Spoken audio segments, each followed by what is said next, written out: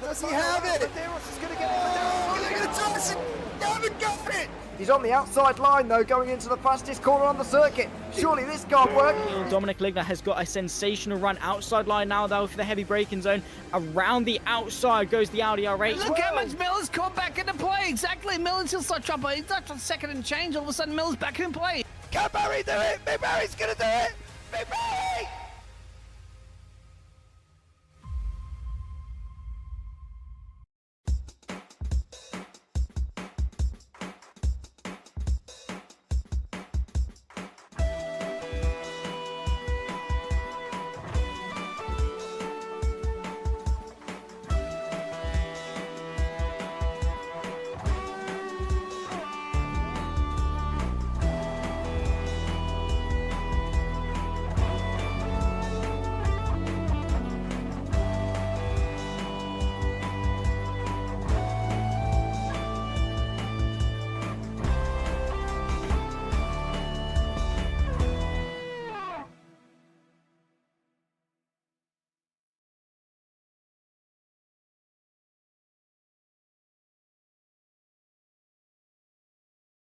Ladies and gentlemen, boys and girls and people of all ages, we are back for the VWSC Historic here from Hockenheim. I'm JP. I'm going to be joined in the booth by Edward Hunter, and I've got Mr. Paul Glover, as always, behind us once more. Let's have a look at the schedule and what we've got this season lined up for you. We have been to multiple different tracks already. We've been to Daytona, we've been to Sebring, Mugello, Le Mans, Monza, Silverstone. We are here at Hockenheim. We're off to Motorsports, Spa, Brands Hatch, Fuji, and then we finish the season at Sandown. It's going to be very, very interesting indeed. Let's look at the track here this evening as well. 6.8 kilometers in length, 4.23 miles, built in 1932. Now, as you know, the modern day Hockenheimring does not have that configuration whatsoever, however much we wish it would, but it does not. So, unfortunately, this is what we're dealing with. Of course, the orange zone doesn't mean you can't overtake, just means penalties will be worse in that specific place. Keys to the race. Well, we've got lots coming up for you. We've got high speed over downforce. Say that when you've had a few drinks. Stay stable in the arena. And the chicane exits are critical. Literally critical. Strategy to corner. Let's start with the C1s. It's going to be slipstream where possible, lift and coast heavily, and starry on the track. I'm not quite sure if there's a spelling mistake there, but I believe so. Stay on track. Stay on track. Target for the fuel, 3.3 litres per lap, 2 minutes, 37 laps. Cars to beat, well, they're all fairly equal, so we haven't got anything really to worry about on that one. Let's start off with the standings. C1 Pros, Eduardo Benica out in front on 78, Dan Herlock on 53, JT Tammy on 47, Robin Molin in fourth on 41.5, then Becky Ely Clark, Scar Pope, Bussenink, Dahlgren, Lane, Bell, Kirby, Day, De Bruin, Suvak, Borman, Rice, and all the way down through the others. Drongo Frashers is out in front on 79 points with Smile Power Racing, Retro Monsters, Porsche 956, Rookie Lobsters, Mac 84, and then ME Racing Porsche round out the back end of the C1 Pros. Let's go to the C1 Am, shall we? And have a look at this one with George. Pro-Am. Started off there with Ross Smith in 79 points in first, then Tony McCoffin, Troy Uyan in third, and Antonis Paparanopoulos in fourth, John Uyan in fifth, then Micah Dern, Rice, Ducati, Tavanari, and Scott. Cookie Monsters, Mac is in first with CMS Pro Jaguar XJR 6, then Mike Bell Motorsports Jaguar XJR 6 in third place. So there you go. That is the C1 Pro-Ams. In the C1 Ams, George Angelidis is out in front with Jerry Chen. It always seems that them two are at the top, just different ways. Peter Marl in the mix in third as well. Maximilian Petravsky, then Gilles Lalonde and Vinicius Concaves. Carl Struhal, Stephen Miller, Philip Ducati, Hutchison, Grady, Kadaranakis, Scotts, Kruger and Gray. Then Martini Racing Lancia in first. Breaking Bad Racing in second. And Team Otto Huss, that one, in third. So let's see how they get on as well. Right. Whew. I think That is all we need to tell you today. Welcome here, Mr. Reese Carboys as well, and Mr. Businik, who's rooting for Robert Molin, apparently. So there we go. Let's bring Ed into the booth. Ed, how are you doing, dear sir? How's everything going? Pretty good, thanks, James. And it's great to be here at the historic Hockenheimring, of course.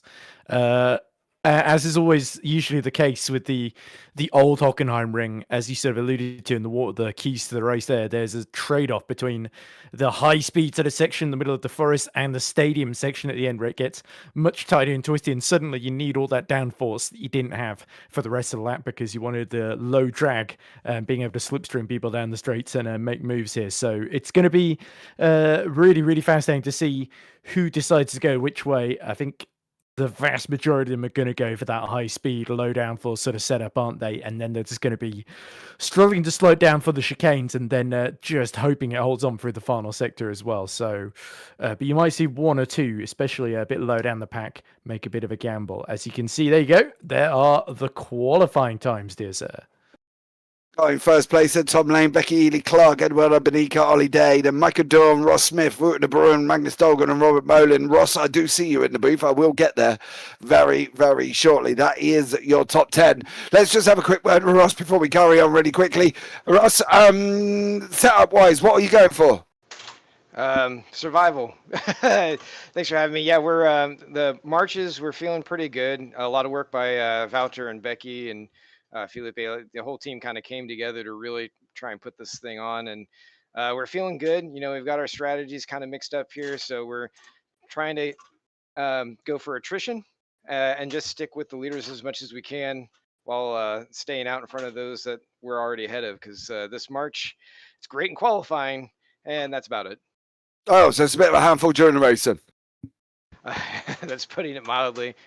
But yeah, we should have a good race. You know, just keep it on the blacktop and stay out of trouble, and then we should come home with a nice, decent finish. The lobsters are out in force today. Unfortunately, our AM side is a little bit lacking today, but hopefully by the time we get past this round, we'll have some more in here.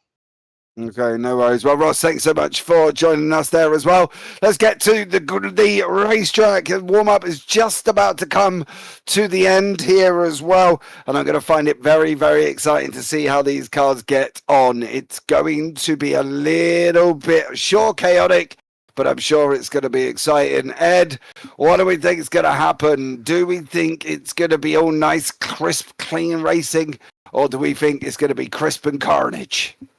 I think the latter is probably the more likely option, given the speeds involved and the sort of competitiveness. Nobody wants to lose out on the first lap, or indeed any of the other laps either. 38 in this race here, so it's probably going to fly by, as it tends to do here in a VSWC or VWSC historic, I should say. But yeah, it'd be very, very interesting to see if Herlock and Lane can sort of maintain that advantage from the front row. Becky Ely Clark not had the best of luck in recent races, and then Eduardo Beninca, who's been one of the classes of the field, down in 4th position. So he'll be hoping to pick the Marches and the other Lancia of Herlock off very, very quickly. But, you know, Dan Herlock, I remember he was doing very, very well at Mugello, and then the rain basically scuppered him at the end. So I think he'll be hoping definitely for a dry race. It seems that that's likely, but also that he's able to hold off everybody behind us. I think we're getting ready for the formation lap. Yeah, I've had a look at the weather. It's going to be hot. So there we go. I don't think there's much chance of rain at the moment. I think it's going to be hot. Yeah, well, hey, listen, I'm not quite sure what else you want me to tell you, Ed, apart from that it's going to be hot. You know what I mean? There's no chance of rain. Only relevant detail, that's fair. Exactly. You don't need anything else. You don't need to know anything else. Apart from if it rains, then we'll tell you it rains. But at the moment, I can't see any. So there we go. Right, so looking forward to this one. Woody, Monza looks weirdly like Hockenheim. Yeah, we had this discussion in the green room, to be blatantly honest. That's what we thought as well. So, yeah, I'm looking forward to seeing how these guys get on this season. And especially here at Hockenheim as well, as they trundle off very, very slowly. I feel this is going to be quite a long pace lap here, Ed. And I think we could be here for a good few minutes. Yeah, certainly.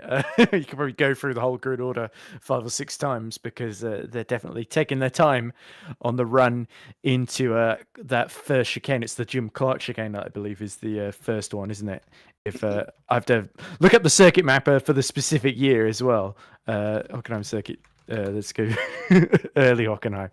But yeah, it's going to be a really, really tricky race in terms of, because if you're basically starting at the front here, you're going to be slipstreamed by everybody behind you, which is going to make your life difficult trying to hold on to that position.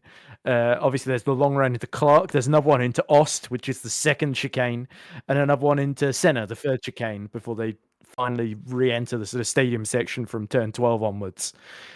So you are really going to see a bit of a tactical race. Everybody trying to save fuel to get to the end by doing as least stops as possible as well. I think you're quite like to see people. It's probably going to be, I would say, a 2-stop race given the distance we've got here for most of the field. With a couple of people who take damage may being forced to do 3 or 4. But yeah, if you lose ground early on, it could give you quite a mountain to climb. And you've got your pro-ams like Ross Smith, who we talked to earlier, and then Micah Dern in 6th and 7th, starting quite high up the order. So they will be sort of doing their own race, but also trying not to lose ground to each other. They can get a couple of the pros in between them as well, like Oliver Day starting right in front of them, Walter de Bruyne starting right behind them in the rookie monsters. So it could get quite chaotic with those guys. And then with the C1 AMs, it's really with Jules Lalonde, somewhat unexpectedly on pole ahead of Jerry Chen and Max Petravki. That's going to be interesting because Lalonde is definitely a bit of a wild card in the mix there, whereas Jerry Chen, very reliable, as you said, always finishes near the front and is looking to do the same today as he tries to close that championship lead to Angelidis, who's qualified down in 22nd. So Angelidis, he is really going to have to push through the field today. Yeah, we'll see how he gets on and see whether or not he actually can push through the field. C1 Pros, C1 Pro-Ams, and C1 AMs as we're going in through Senna. Now we're going to be coming into the traditional stadium section. I say traditional, it is still there. It's kind of looking almost the same. There's a few more corners added on after turn 12. So, it's almost like how it was. I do wish they would have kept this. I think this would have been absolutely amazing at this section as well, rather than shrinking it down. But there we go. They call it progress after all. So, yeah, see what happens. Already touching happening in the formation lap, says Mr. Reese. Well, let's hope it doesn't happen during the race, dear sir. Let's hope it doesn't happen during the races. These guys do now come into turn 13, which is Sachs. Ladies and gentlemen, if you need a drink, if you need your popcorn, now is the going time to go and get it. But you haven't got long. They're coming in through turn 14. Then it's going to be the right into 15, and then up and running. We are going to be green. Are we ready? Yes, we are. Is this going to be a good race? Hopefully it will. Through the final corner we go. Now, down the straight once more. How long are we going to wait here? When's Herlock going to go? Is it going to be sooner rather than later? Is it going to be happening sooner? It's not. It's a wait. It's a wait. It's a wait. Here we go, ladies and gentlemen, boys and girls and people of all ages. We are green, green, green. Herlock leads the way. There's a massive jump from Benica. He's just gone from literally 4th to almost 2nd place. He has got 2nd place. Eduardo Benica timed his start like an absolute magician, and he's just gone big crash. He's all across the middle of the circuit, upside down, round and round, and spinning. That was Jerry Chen. And we think it was Jerry Chen. Big shout there from Ed. It was said it was Jerry Chen. Oh, and Herlock. More somebody else going off. Are they in the forest, or is that just that bad picture there as well? But Herlock gets away. Benica, what a start from him. From 4th to 2nd, within by the end of the first corner. Yeah, terrible launch from Tom Lane from 2nd on the grid. He everybody in the inside got absolutely caught out, apart from Eduardo Beninca. Now he's going for the lead as Herlock gets very, very defensive going into that second bunch of chicanes there just through Ost, the Ost curve they go through now. But yeah, just about surviving that assault there. But Beninca was absolutely on it. Becky Clark also really, really lost out at the first corner, was sort of pushed wide while trying to go side by side with Beninca, and that's allowed Oliver Day up into 3rd as Jules Lalonde is off, and the McCoffin is that's McCoffin has gone. He's turned turtle.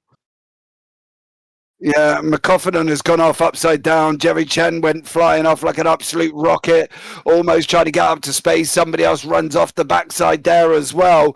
McCoffin and Lalonde all got problems before we even go anywhere. And there it is, Mr. Reese. Yes, it is. Into Sachs for the first time. Herlock in front. Benica riding him like a racehorse, pushing him in behind. Yellow in sector 2. Somebody else has gone off for a burden. Days down into 3rd. Lane into 4th. Becky Ely Clark. McCoffin still upside down. Gilles Lalonde still there as well. Smith is, I think Gilles Lalonde here, Ed, is trying to be a recovery truck at this moment in time. It's certainly a fall from grace having qualified on pole position in the AM class. And Gilles Lalonde, oh, there we go. Unfortunately for him, McCoffin has given up the ghost and he becomes our second retirement. Somehow Lalonde is still behind Daniel Scott, who seemed to hit trouble a bit later on in the lap, or at the beginning of lap 2 maybe. And he's out the race too. So we're down to just 23 runners after the 2 laps completed. And yeah, still got another 35 or so left to go. Tom Lane is lining up Oliver Day in the fight for 3rd place. I think Lane has made it through. There we go. So regaining ground that he lost at the start in that march there. Oliver Day didn't look like he was putting up too much of a fight there. It's still quite a way to go. And I think that was quite sensible from Oliver not to fight that one too hard. But now this is bad news for Beninka because Lane showed great pace in qualifying and is surely going to catch the top 2 before too long. You can see Herlock going through the chicane there now, moving his way through the long looping right-hander. That was through us. Now we're on the run up into centre. Herlock in front. Benica, Lane, Day, Edie Clark. That's the pros. Dunn, Smith, Decardi. That's the pro-ams. That's going to be a podium because McCoffin is out. He was upside down. Struhel, Angelidis and Petrovsky leading the way in the C1 ams. Herlock gets a little bit squirrely behind that. Benica nearly goes and puts him off into centre there. It's another run now down into turn 12. Dan Herlock out in front in the Lancia LC2. Then we've got Eduardo Beninka is in his Lancia. Tom Lane in the march. Oliver Day Lancia as well. It's a Lancia matriarchy at the front at the moment, taking 3 of the first 4 places here, Ed. Is it going to be a Lancia day, or do we think the Marco Beninka is going to be able to come through? Or Marco Lane, I should say. Yeah, I think Lane is going to be the wild card. He's the only one not driving the Lancia in this group here, and he's really starting to catch Beninka now. Beninka, you can tell, getting a bit frustrated because he was going for sort of half moves to just break late, put a bit of pressure on Herlock. Behind this, by the way, Micah Dern has gotten up to 5th overall in the lead of the Pro-Am class as Herlock absolutely hangs it out through turn 1 there. But the big loser has been Becky Ely Clark, who far from passing Dern to get back in the top 5, has fallen behind Magnus Dahlgren. So everybody's starting to get very, very mixed up in the middle. I'm surprised Carl Struhel is leading the AM class, and Angelidis, who was second, third last on the grid, is now back up into second in class on the podium in the C1 AM class. So Angelidis did indeed push through and is doing a fantastic job right behind Struhel as we speak. I think he's going for the lead.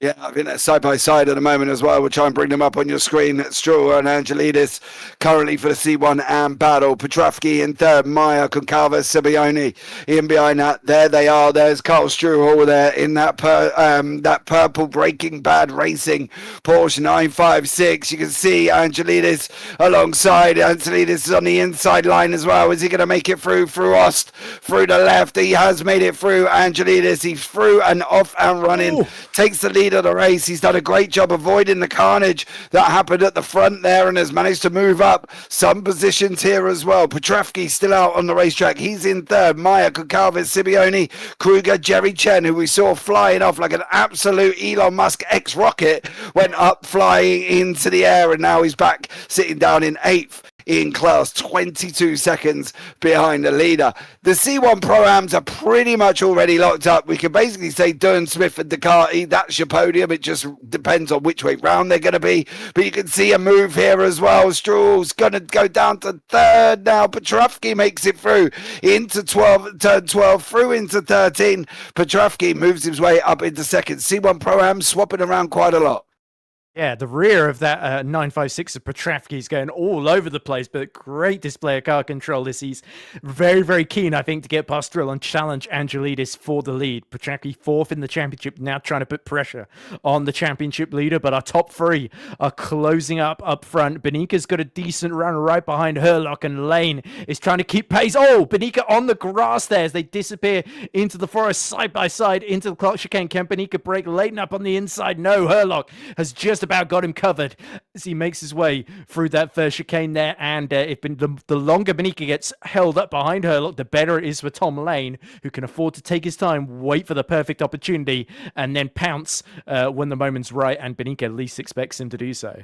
Yeah, I think the thing is with that as well, Day is not too far behind as well. You can see Day just sitting there in the blue, the backside there in his Lancia as well. They're all waiting for Benika to make a mistake. He just looked like he almost made one for Ost. Now on the run down into center, Herlock's opened up a second lead. Benika has not got that luxury at this moment in time. He has got Lane, he has got Day, and they are closing fast. Eduardo Benika is going to be under deep pressure. Tom Lane looks like he's laid her on the brakes into the first left to center, now through the right, coming out the other side as well. He did not get a good run though, Tom Lane. That late braking did not do him well, because Day's now alongside, coming down into turn 12 through the right hander. Day just Tom Lane just gets over to cut his nose off there, Ed, but Day was well on a run.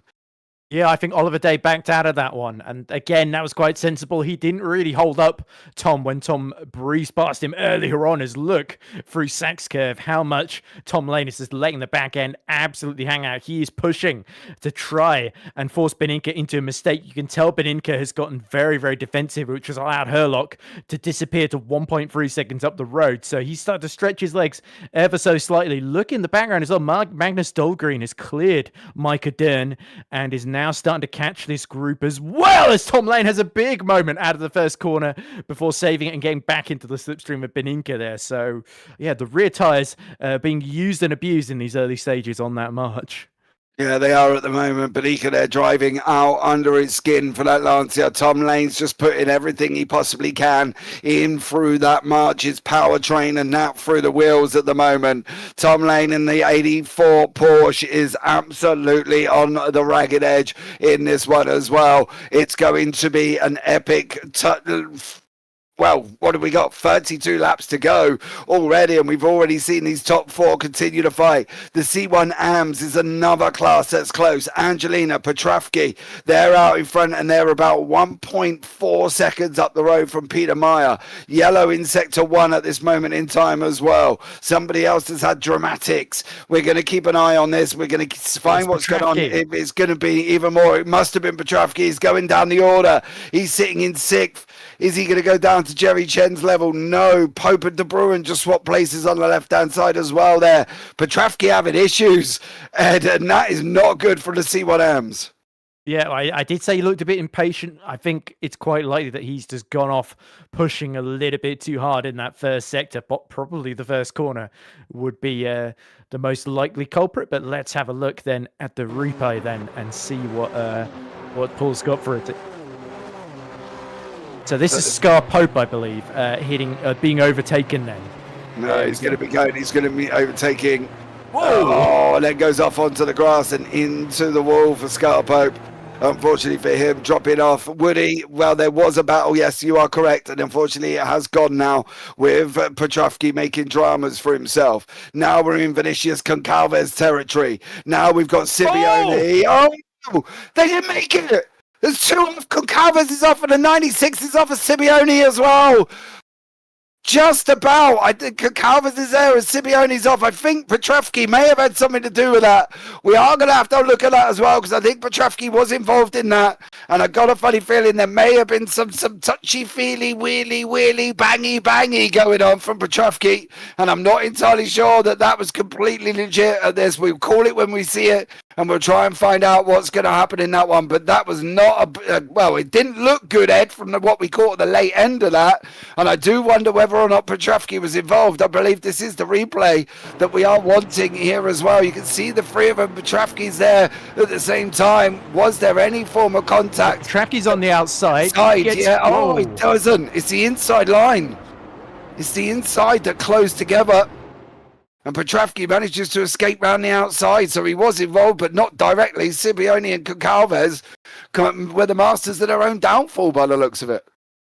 Yeah, as Benito's right behind Herlock at the moment, challenging for the overall lead. But yeah, that looked like Goncalves and Scipione just got a little bit too close for comfort, and the car behind, which I think was Scipione, just couldn't react in time. So here we go then. Herlock under pressure once more as Lane has fallen off the back of Beninka, and this is ideal for Eduardo because now he's got Dan Herlock pretty much to himself for a couple of laps here, and he can afford to tuck in to that slipstream as Day as well, still 8/10 behind Tom Lane. So let's look though at Beninka setting up his exit through turn 1, because that's going to be his first opportunity into the Clark chicane, and Herlock is going to be absolutely pushing through that first corner to stop Beninka getting a chance here. Yeah, Beninka on the run down into turn 1, down into Nord Curve we go. Through the right-hander, Herlock there in that Lancia. Beninka in his Lancia, chasing him down now on the run down into Clark. Beninka's going to close up. There's 4 attempts back at the moment. It's not really going the way. I do wonder if Herlock's carrying less downforce. Now it's starting to come in. Now Beninka's got the draft through the right-hander. Coming into Clark now. Is he going to be able to make it? No. Beninka sits in one behind. There, we've lost Scipione. He's on a DNF. We'll have a look back at that in a minute. Let's just let this play out, please. Right the way through till the other side of Austin. See what happens here as well. We know how dangerous Austin can be. It's got to be on the money. You've got to get the nose in through this chicane, and you've got to carry speed as well. You've got to make sure you can nail it through the right, through the left. Does he? Oh, look, and Beninka. Benika's lost more time. I think Benika's more into the grips lane than he is actually in front of two Herlock.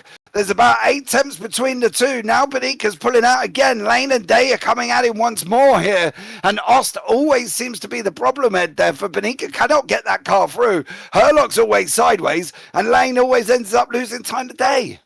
Yeah, well, that chicane preceding Ost gets them very unstable by the time they've got to get into the corner. So it does lead to you do end up just losing so much more time through that corner if you get it wrong, compared to, say, some of the other points on the track. As now you can actually see with Herlock being a little bit more cautious through the center chicane, Benika's closed back in on him almost immediately then, as we see Oliver Day just starting to keep Lane a little bit on his toes. He might be a little bit worried about Dahlgren, although Dahlgren is still about 3 seconds behind and not really been closing the last couple of laps. So It's Jerry Chen right at the beginning here. Pick him out. Well, you won't have to pick him out. You more have to see him go up here. Did Elon Musk give him a call at this moment in time? Did SpaceX take flight? Did Jerry Chen go up into the air? Yes, he did. I believe it's going to be coming. There's the lift. There's the up. There he goes.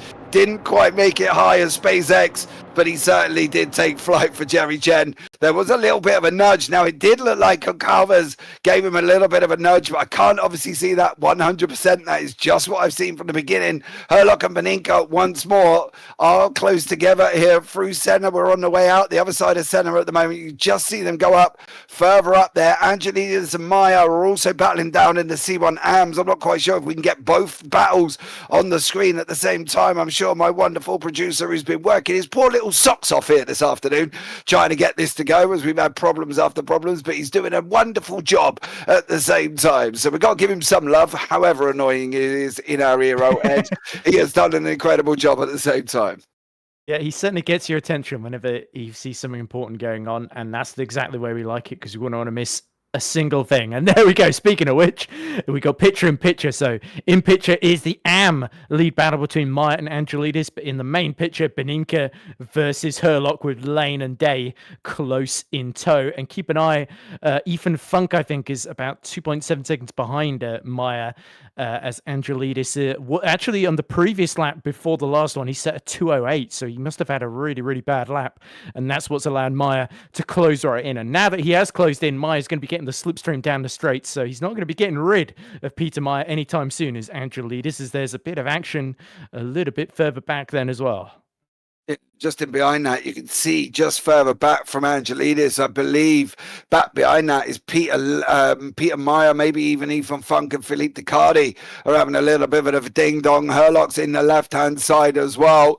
Benika's still in behind them. I think that's Carl Struhel. It's a Ducati, battle. Struhel and Ducati, I think, behind, aren't they? Having a nice little battle as well. So let's see what's going to happen here at this moment in time. It's both battles taking place in the C1 Pros and the C1 AMs. Not a lot going on the Pro-Am. Michael Dunn, Ross Smith, and Philippe Riccardi are the podium currently at the moment. Here we go. Herlock gets it all a little bit squirrely, but Inca can't capitalize on it. But Lane is the man who's closed in. There's 4 DNF so far on the left-hand side. You can see McCoffin, Petrovsky, Simeone, and Scott. We didn't see what happened to Petrovsky. I'm sure we'll be able to pick up on it as well a little bit later on if we can find it and go back that far. Coming into the left-hand chicane now of us, through we go out the other side. Everybody makes it through. Herlock, Benica, Lane all makes it through. Looks like Angelidis and Maya are at the same time here. This is getting a little bit spicy battling going on with these guys. Herlock, Benica, Lane, Day may be coming into the show. Magnus Dahlgren might also be coming in the background. He's having a bit of a move as we jump onto the nose of the purple third place Tom Lane here at the same time as they're going to run up into the 12 now. Surely they've got to be a little bit careful. Surely they can't keep fighting and allowing Herlock to keep that gap. They've been very close, but Benica, Lane, Day, if they continue on, surely Herlock's going to escape, isn't it?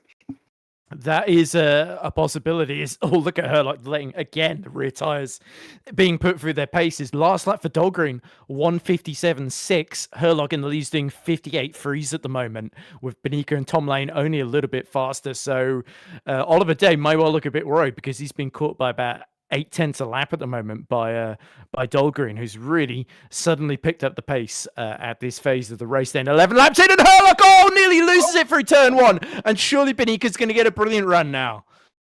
Benica's going to go after him here. Herlock needs a new pair of underpants. That is basically all he's going to find out of that one.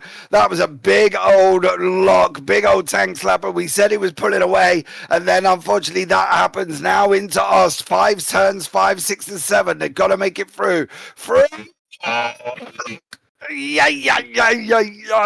Nearly didn't make it through at all there. Big moments for Dan Herlock. He is pushing like crazy.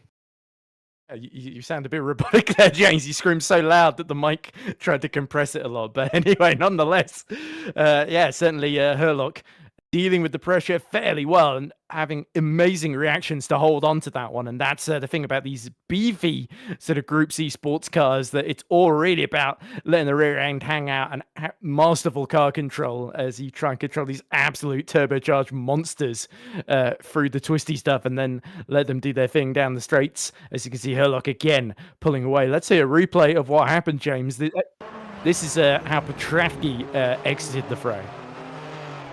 Here he goes. And then goes into, that's going to be a barrier. Bang. And that's why we said that corner, that chicane was so important. He had to make it through. He had to bury it, and you just can't. He's had to carry speed, and he didn't. Unfortunately for Petrovsky, game over. Good night. Put your blanket. Lane loses third. And sit down and relax. Herlock, Benica, Lane still there with Day at the same time. I think Day put pressure on him, and not quite sure if they managed to swap, but whatever it did, it didn't last long. Lane is now back into third place with Day there at the same time. Dahlgren now 3.1 seconds behind. It's just coming into the right-hand side of your picture. Now you just about see him there on the back side. Herlock, Benica, there was a flash of a yellow. Lane and Day on board with Day at the moment through the right-hander of Nordkurv on the run down into Clark. Not really closing up. Every single other battle behind that getting a little bit more spread out. Concalves and Chen are within about a second and a bit of each other at the moment. Everybody else is a little bit further back. It's going to be a fight here for Dan Herlock. He's definitely going to know once he's come out of this race head that he's definitely been in a battle, because Benica is not giving him any types of room whatsoever. Well, that's why he was pushing so hard at the first corner and nearly lost it completely because of the pressure that Beninka is putting him under. But Beninka, Herlock was able to get on the throttle so early, despite that Beninka wasn't able to challenge into Clark there. So it is going to go back and forth. You did also see on the previous lap, I think into turn 12, Lane must have made a mistake or something because Day briefly got ahead, but then into Sank's curve, Lane just went straight back up the inside of him almost immediately as we rejoined. So to get a little bit excited there. But Oliver Day has seen Dahlgren's pace behind him and has started to get a bit of a hurry up in that Porsche as the Porsche 956 bears down on both of them. So Lane, far from catching Beninka, is now starting to hold up Oliver Day here. Day now closing in at the same time currently for Ollie Day. Last time round 159, Tom 159.3, Tom Lane on a 159.5, Beninka on a 157, 158 for Dan Herlock. Side by side for Concalves and Chen. Chen's recovery has been nothing short of spectacular after being up in the air at one point, but Jerry Chen still managing to motor on in that machine. I'm surprised he's even got any wheels left on that machine whatsoever, because I'm pretty sure if I did that in my poor Vauxhall Insignia, we wouldn't have any suspension or tyres left at all. Ed, how has Jerry Chen survived that? I'm not quite sure myself, but certainly they made that car stronger stuff. As again, Herlock has a little moment, not as spectacular as a few laps ago, but again, Beninka will try and take advantage again. I think Herlock, as you suspected earlier, has gone for a sort of lower downforce setup, and he's got less drag down the straight, so that allows him to pull away, but it does mean he's got an awful big job to do in the corners, and Beninka, slides a bit and cuts over the grass at the Clark chicane, so that's going to give Herlock even more breathing space. So Beninka is, as this race is going on, is starting to run out of tricks. Is this going to turn into a race of pit strategy? Who has got most fuel and who can get through by doing the least stops here? Because I think if Beninka can't make the move on track, he might have to try and go for a strategy as they go well over the curve through the Os chicane. Do we think that Herlock saved a single ounce of fuel? I think, to be blatantly honest, I think he hasn't been able to. I don't think he's been able to save any. I think he's just been running at full throttle all the way through. So it's going to be interesting to see for Dan Herlock what he's able to do here. Beninka in there, Lane's there, Day's there. I don't think Herlock saved a single bit, to be blatantly honest. Beninka's been pushing him behind. He's dropping back a little bit now, 1.8. Lane and Day also in third and fourth currently. So great little scrap starting to develop with third and fourth. They have been very, very liney. Though, Ed, I'm a bit worried that they're not actually going to do anything until the last part of the race. Yeah, it does feel like they're all just starting to settle in now, doesn't it, after the early carnage, and it's going to turn into a strategy game rather than necessarily one decided by a bold and brave move on track. As you can see, the gap to Beninka now 2 seconds. That's the biggest it's ever been. So that one mistake has actually cost him quite a lot of ground, and Herlock is taking full advantage of that at the moment as Oliver Day 7/10, 9/10 behind Tom Lane. I think that is one of the closer battles on track, possibly the closest other than Conclaves, who's kept with the very damaged 66 Porsche of Jerry Chen down in 17th in the fight for fourth in the AM class there. But yeah, Herlock, of course, will be pushing to keep the momentum up. And as you say, if he's been using fuel like it's going out of style, like it's nobody's business, then he might have to pit a bit earlier than Beninka, Lane and Day behind him. But we'll have to see, because in terms of fuel mileage, the Lancia should all be fairly similar. So it's Lane that might be a bit of the wild card, as we see yellow in the first sector. So somebody has, I suspect, hit issues at either the first chicane or the first corner. Absolutely. Does look like they're getting a little bit more spread out there as the race has gone on. We are on lap 14. We've got 24 laps to go here, ladies and gentlemen. So we're going to find out what went or how this one materializes. I think Herlock might be free and away now, though, Ed. He hasn't got pressure. He can just drive like he wants to. So at this moment in time, I think Herlock is looking for a shoe-in for that C1 Pro win. He set the fastest lap, 1:57.068 that last time around. He is absolutely taking risks and pushing, but yeah, as you say, on pole, he has sustained the pressure well from Benincke. Benincke has just not been able to respond to what he's been doing now that he's sort of clear of the slipstream behind him. No such joy for Tom Lane, who's had to deal with Oliver Day pretty much the entire first half of the race now, hasn't he? Has not been able to really break more than about 7/10 a whole second away from him before Day inevitably closes back in. I've just been told Petrovski's back in the racetrack. He is 3 laps down though, however. Currently, we're going to go shoot to a replay here. This is going to be of Petrovski going off. Through he goes. Petrovski is back and Petrovski is off. And unfortunately for Petrovski, car ain't a lawnmower. So there we go. Unfortunately for him, you see it catches the curb on entry, catches the curb on exit as well, and then unfortunately he goes, whoa, absolutely lamps it again, and that is unfortunately why he's off. Goncalves has got his own familiar dramas. Seen this, oh dearie me, going to see this over and over and over again. He isn't going to be the only one, Ed, of doing that, is he? He did well to avoid the wall. Petraki did that same thing, and it went straight into the wall earlier. Yeah. Okay, I'm being correctly pointed out. It's a barrier, not a wall. But you know, you've got to come up with words and then say them about half a second Do you later. know what? At this moment in time, we just ignore him.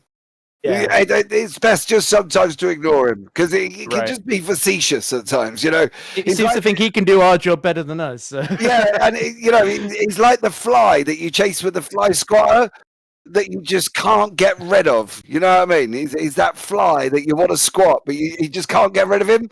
So It's very easy to do a unfortunately- job when you're being criticised and not told helpful information.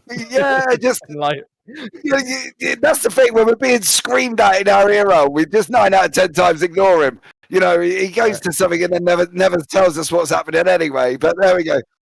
Tom Lane still battling out here as well. There, Tom Lane and Dane after we've just bashed our producer who could just go off at any moment in time. Maybe we need to give him a little bit of love, really, for the effort he's got us to get this live. yeah, exactly. But Lane and Day, this is the thing for me. They're not showing aggression. They're not showing signs that they are going to overtake each other. That's my worry here. I'm just wondering whether or not it's kind of using. Oh, where are we gone? Into the forest. Okay. So, Paul's just decided to.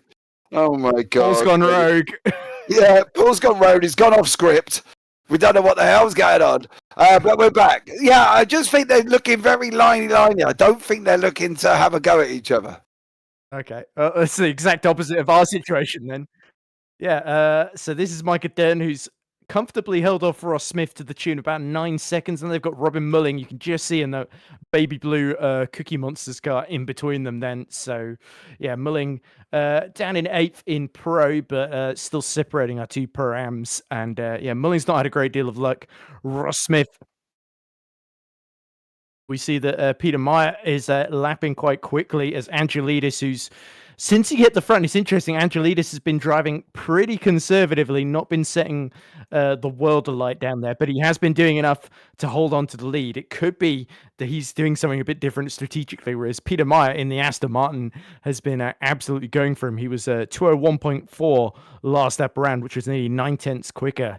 So, yeah, there is a bit of pressure being put on the shoulders of the Greek driver Angelidis, and he's got to sustain that, much like we've seen Herlock do up front. And you can see just behind, is that, it's not Jerry Chen, it's Eben Funk, sorry, at the very back of the pro field. So he's still in the race, is Ethan, but a long way down on Wouter de Bruyne, who's his next target, about a good 5 or 6 seconds up the road, and he's got these 2 in front of him with their own personal battle, which is not what he needed. Is a little mistake there from that must be Peter Meyer in the Aston, and that's going to allow Ethan to get a great run towards that center chicane. But if only he could make use of it. It's one thing getting the run, but then if the driver in front of you's got low downforce, they can just breeze off by the time they meet the next chicane.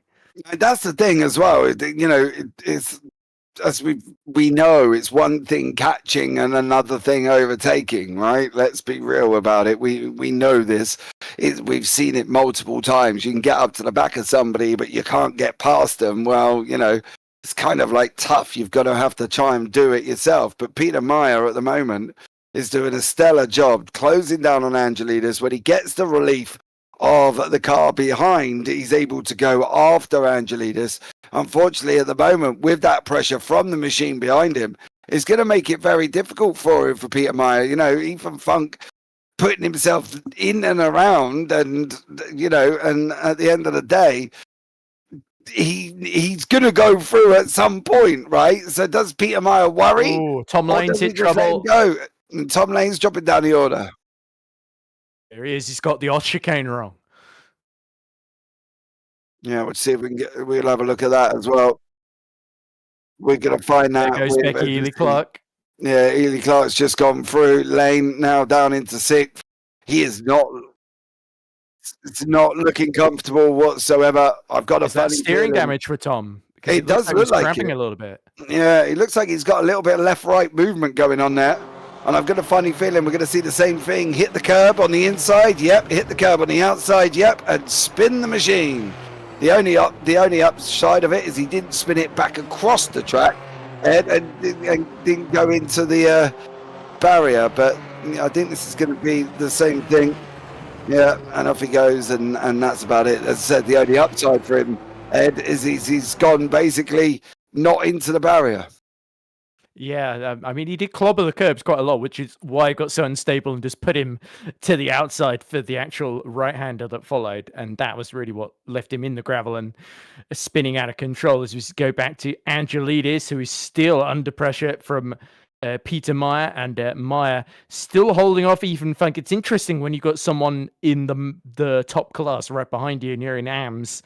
There's two things that can happen. You either let him through so that he can overtake the car in front of you, and you hope hold them up long enough for you to take advantage, or you use them and they sort of press you on to go a little bit faster so that you overtake them before the other car gets a chance to pass you as well. So there's an interesting mentality, and it seems that Peter has decided he's better off with Ethan behind him than ahead of him. And this is what happened to Lalonde, who we saw having a big issue on lap one, go straight into the barrier, having spun it on the exit of turn one. So the Herlock kind of moment like that saved it brilliantly.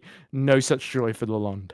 Yeah, unfortunately for him, he's just going to have to kind of sit there at the moment and see what goes on. But you can see this Angelidis, Meyer, and also Funk situation going on here. They've gone through turn one on the run down into Clark at this moment in time. George Angelidis leading the way. There goes Ethan Funk. Ethan Funk has gone through. Is he going to be able to get it stopped? He is. He got the car stopped there. I think, to be blatantly honest, if I was Peter Meyer, I would have let him go a long time ago. Maybe, yeah, but I sense it's gone a bit back and forth between the two of them as this race has gone on. You see Ethan letting him back through as well. Interesting. So the result of this is that Peters has lost time. As there we go, he immediately lets him back through again. Yeah, he just. I don't know. I don't know what's going on. I feel like I'm watching an episode of the Chuckle Brothers. To me, to you, to me, to you. Between Ethan Funk and Peter Meyer at the moment, I think Funk needs to, if he's going to make it through, mate, make it through. Go and get him. What happened to Tom Lane? He went off. We've just shown you the replay there as well, Mr. Reese. A few times through Ost, he went off and kept it out the barrier. But these guys in behind are swapping around like nobody's business. I think Ely Clark and Lane are now very, very close together as well. If we can jump and have a look, and that's a battle for fifth and sixth. There they are there. Ely Clark and Lane through the right-hander, then in through the left as well. Oh, Clark getting a big old slide on. Yeah, Ely Clark does not look confident on the brakes into these chicanes here. But interestingly, Dahlgren, previous lap, 2 minutes, 0.7. He got either badly held up by traffic or made a big mistake there. There's another yellow in the first sector there. Yeah, you can see now Ely Clark pushing in. That is right in behind. I believe that's Magnus Dahlgren in front of her. I don't think that is Magnus Dahlgren, is it? I think that's actually a back marker. Yeah, they're lapping the traffic. There's Magnus. I think I can't tell who that is a back marker. Oh! Whoever Well, that that was. might be Petravsky and more issues, I think. Coming out of the center chicane. Oh, that's he's going to have to be careful at the rejoin there. Just people aren't going side by side, and he ends up going free wide with them as he spins back the right way. But there we go. There is Ely Clark still holding off Tom Lane, and Lane will be kicking himself for that mistake as whoa! More traffic just absolutely forces both of them to come to a standstill in the stadium section, and Lane, unfortunately for him, not quite able to take advantage there. But this is just costing them loads of time. Magnus Dahlgren is now 9 seconds up the road from both of them. Absolutely, but boy, oh boy, that was dangerous. Ely Clark and Lane just survived that. It's getting a little bit scary in there at the moment. These guys battling it out. And we think there may have been Lalonde having his own little mishap that caused some dramas. And apparently he knows it was Lalonde. So there we go at the end of the day. Oh! Laney. Lane nearly going off as well. Suvik's getting into this mix at the same time. There goes Lalonde again, getting himself in through, passing people on just behind there at the same time. But Ely Clark and Lane now side by side on the run down into Clark through the right. Is it going to be bouncing the curbs? No. Can they get it out? Yes, they can. And Tom Lane makes a way forward. Yeah, there we go. So well judged from Tom Lane to just about hold on to that one. But it was Mulling, I think, that had a big spin at Clark. And tapped the barrier as well, so there could be some right front damage as he then spins back almost onto the racing line. Might want to get one out of that one, Robin, but the German luckily has his wits about him, as this is what happened to Petravsky, just going a little bit too quickly through the chicane and went over the curb and onto the grass, and spinning the wheels over the grass with the other wheels still on track results in that sort of thing happening, unfortunately. And this is what happened to Lalonde into turn 12. The rear got going away from him very, very early, and then unfortunately Ely Clark is first on the scene, has to get well on the brakes, and Lane actually does well not to just plow into the back of Ely Clark as well. All very dramatic there, but they're side by side back again now. Becky Ely Clark and Tom Lane. It is Clark in that place ahead at the moment, sitting in fifth. Suvik's chopped away through turn 12 they go. That's a very fast turn 8, I believe it is, of the modern day circuit. Ely Clark runs a little bit wide. Lane now side by side, going in through turns 14. Oh, Tom Lane just nearly lost his nose there. Ely Clark took it straight off through the last corner now of turn 16. It's going to be a battle. Ely Clark and Tom Lane are going to continue to fight here. Suvik's back in the picture here as well, Ed. It's going to be a free car fight.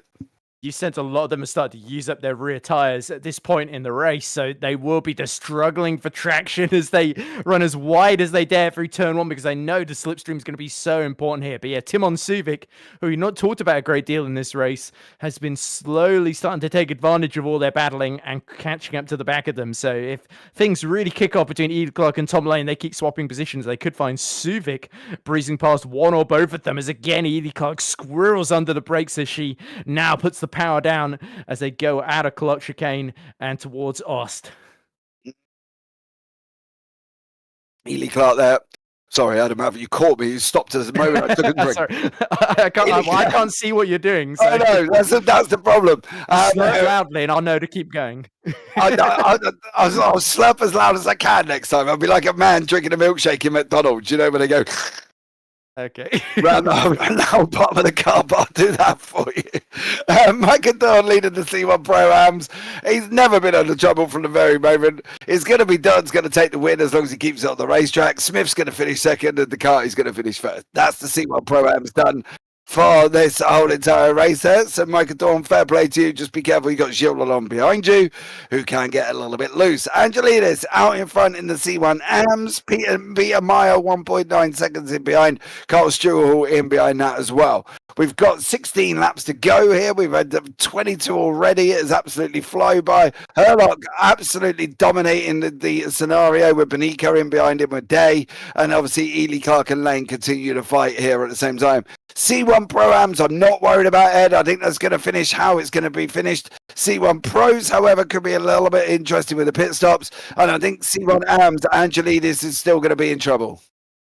Yeah, certainly. There's still a lot to be revealed as this race goes on, and they're going to start running out of fuel, and they're going to start running a little bit out of tires. The more they put energy through them, is a very visual illustration of that there from Tom Lane, who beautifully controls sort of four-wheel drift there and gets right on the back of Ely Clark once again. But yeah, Herlock has been incredibly impressive up front. 11 seconds now clear of Eduardo Beninca, and this is the sort of performance we're used to seeing Beninca do. So Herlock really being able to put one over on him is a big statement of intent for the rest of the season then, as he seeks to catch up to him in the championship. Oliver Day doing solidly to keep Magnus Dahlgren about 6 or 7 seconds behind him, and he's been pretty consistently outpacing him there. I think he was about 6 tenths quicker the previous lap then, as you see Tom Lane sees a shower of grass being kicked up there by Becky Ely Clark then as he goes into the off chicane. And Ely Clark is certainly absolutely pushing to try and keep Lane behind at this phase. But I think you're right, pointing out Suvik earlier. He is playing it smart, letting them all tire themselves out in front of him before he picks them off a bit later on. We're going to find out if that is the philosophy or we've just completely made it up in our own head here, to be blatantly honest with you. We've got to build a narrative. Otherwise, it's going to be a very boring final 15 laps to this race.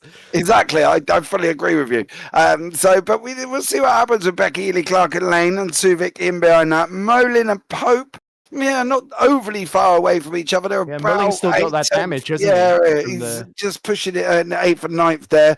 The Bruins are a long way back, unfortunately, at the moment for him. But it's going to be very, very interesting to see how now we start getting fuel. Now we're going to got to be looking at pit stops. And that's the thing. I think sometimes it's best to sort of wait. It's almost like the first stage of a Formula One race as we go to the replay of Karl Struhel here as well. Through turn 12. Ooh, that's easily done. I've done that myself. I would like to add, not in the old track layout, in the modern day track layout, but I think we did something big here, James, because Angelidis has dropped out of the AM lead. Peter Myers now in the lead. Angelidis is down to 3rd, right behind Struhel. Well, we'll have a look at that. Oh, Pachowski again having a bit of a nightmare on him. I thought that was the same one from earlier for a second. Yeah, it did look like deja vu, didn't it? I think that's the thing. Oh, big snap. Oh. And this is what's happened to Mr. Angelidis. I did say all he had to do was keep it on track. Unfortunately, George, guess not. Oh, seen this before. Curb. Whoa, ouch. George Angelidis there thumped the wall. I do love the fact that these cars just keep going.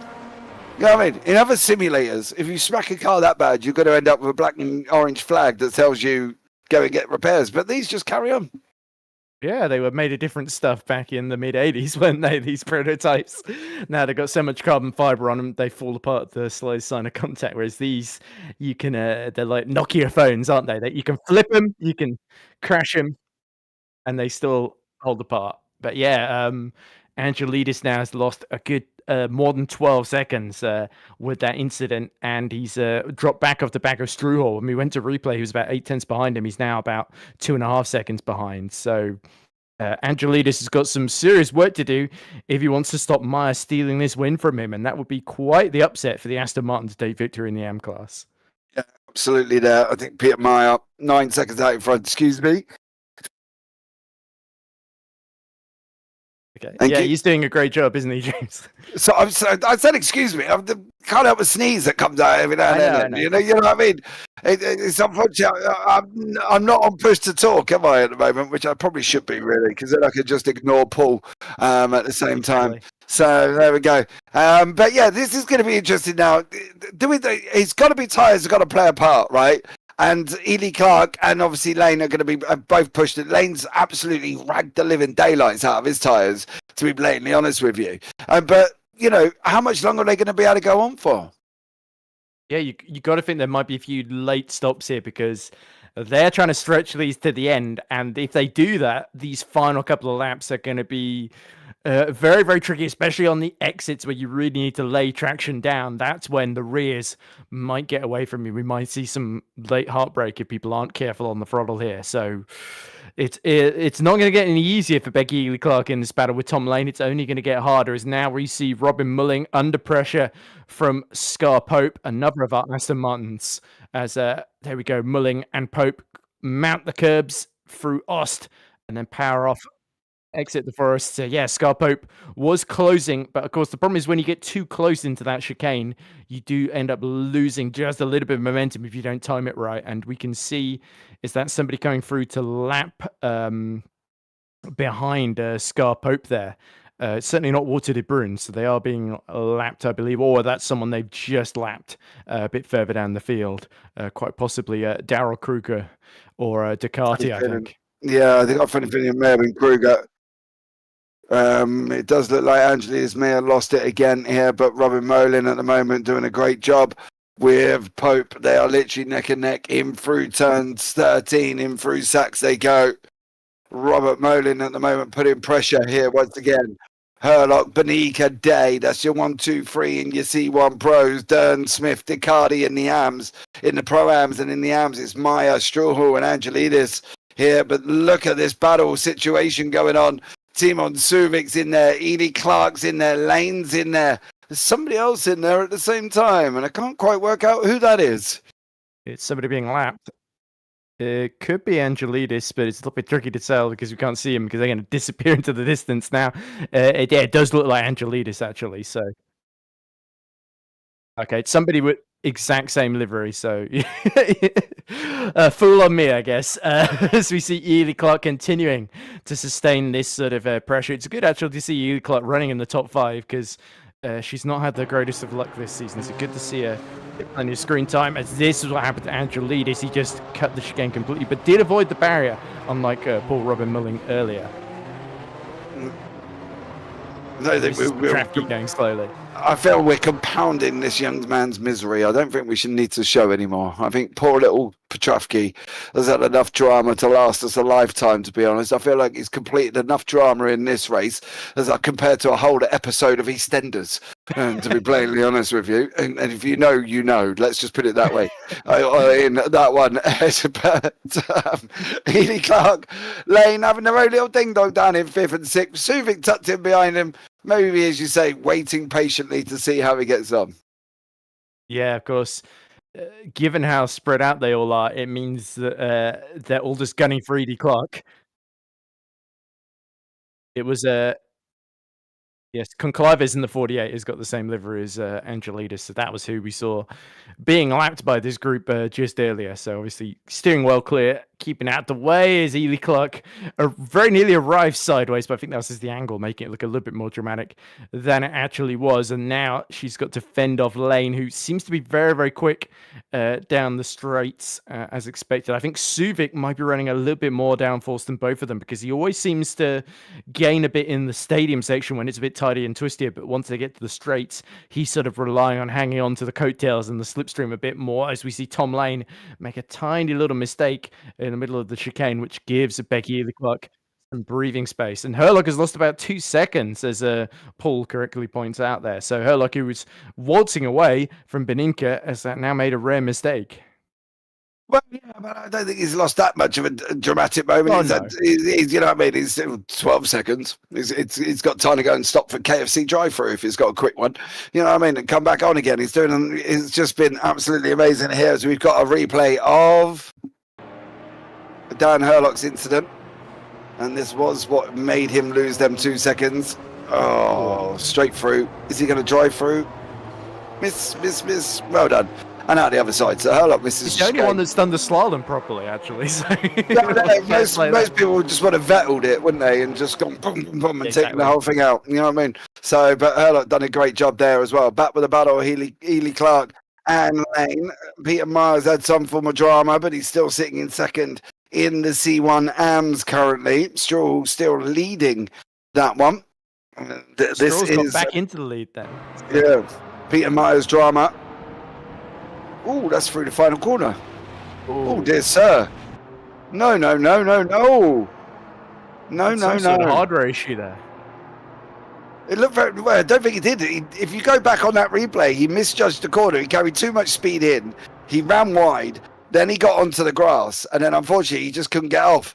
Unfortunately for Peter Meyer. So, and then he just went and took it wide and just couldn't get the car rotated. So I don't know if he had hardware, partly due to the fact that he pulled straight out and carried straight on. I think he just carried too much speed, ran wide, hit the grass, and that was it. But Ely Clark now under pressure from Lane coming in to the right hander here. Are they going to all make it through this time? These are, do you know, these are deceptively fast paced, these chicanes. Yeah, you do have to keep the momentum going on the exit as well. And if you try and just do a late braking maneuver, you might find the car you're fighting with just going straight back up the inside of you as well, especially through Clark. Through this chicane, you've got to get the move done beforehand as Ely Clark gets very squirrely on the brakes, and that's kind of a risky territory for those rear tyres as they're getting more and more worn lap after lap with the pace and the pressure that Ely Clark is putting them through just to keep Tom Lane out of arm's reach here. So yeah, this is really crunch time for those who might be a bit marginal on fuel and who've been driving a little bit more aggressively. You can see Suvik now using a little bit more fuel to put the pressure on Lane here. See Suvik now closing in behind Lane. Lane getting a little bit squirrely once more as they're running in now to turn 12. The right-hander. And Lane's closing back up on Ely Clark as he's slowly getting it yellow in, brief yellow in sector 3. I think that may have been the fact that Ely Clark ran a little bit wide. Suvik now closes right in behind Lane. And he's going to be looking to close in. 10 laps to go here. There's lots of things that could come out of this, isn't there? And I think there's still more to come as these guys continue to fight. Yeah, we've still got a four-way fight for the AM lead, haven't we? Between Struhol, who started on pole, had a horrible start to the race, and has fought his way back into the lead. Peter Meyer, who we saw was leading, but he made that mistake and has got a pretty big dent in the front bonnet of that Aston Martin and possibly damage to the internals underneath. Angelidis is about another 2 seconds behind. And then Jerry Chen, who was nearly 7/10 quicker than Angelidis the previous lap, despite taking flying lessons at the very beginning. There's flames spitting out the side. There's now Suvik nearly gets alongside Tom Lane, but again, just runs out of road. Lane very late on the brakes into that Clark chicane, though, and that's going to allow Suvik another run as they go towards Ost. Yeah, Suvik's going to have a go here with Tom Lane coming down into turn 5, 6, and 7. Unfortunately, it does look like Petrovsky's had more drama. We will not bring you up any more of poor old Petrovsky. Oh, okay, there we go. We will show you Petrovsky stuck there on the side. That's at the first corner, isn't it? Yeah, I feel at this moment in time I might have, given up and probably gone and put my slippers and blanket on and sat there and watched the rest of the race, to be honest. Well, he lost about 2 or 3 laps and then came back into the race, so it was always going to be a bit uphill for him, I think, unfortunately. But yeah, he's got in that situation where you're so far down, you may as well push like crazy. And when you do that, unfortunately, it makes mistakes a lot more likely. So you've got to feel for Petrovsky. He's shown great pace this season, but he's made a couple of mistakes that have denied him some better results on occasions. So yeah, Petrovsky will lick his wounds and hopefully come back for the next round at Mosport, if I'm not mistaken, and hopefully have a better run. There's Walter de Bruyn, who we've not seen a whole lot of, holding off Ethan Funk, who's now cleared. Oh, big spin behind them. And was that... Oh, it's poor Max Petrovsky again, deciding to distract us from this fight for 9th position in the race then, as Mulling... not Mulling, sorry. This is Walter de Bruyn, who is not quite as quick in a straight line as Ethan Funk, and you can tell Funk almost alongside into the center chicane, but that would have been a tricky one to pull off. Again, you wait for the better opportunity, and then that's where you get brave on the brakes then as they go back towards the stadium section. Yeah, these guys continue scrapping it out, of course. We're at De Bruyn, C1 Pro, Ethan Funk, C1 Pro. So these guys continuing to fight for that final top 10 spot, 12th and 13th in the race as they continue to fight. Peter Meyer is down in the bottom right corner. They're side by side at the moment, Ethan Funk and Will de Bruyn. And, there goes Meyer. There goes, Chen's at the bottom there. But, Will de Bruyn was side by side with Ethan Funk. A little bit of door banging there. Racing, do we think?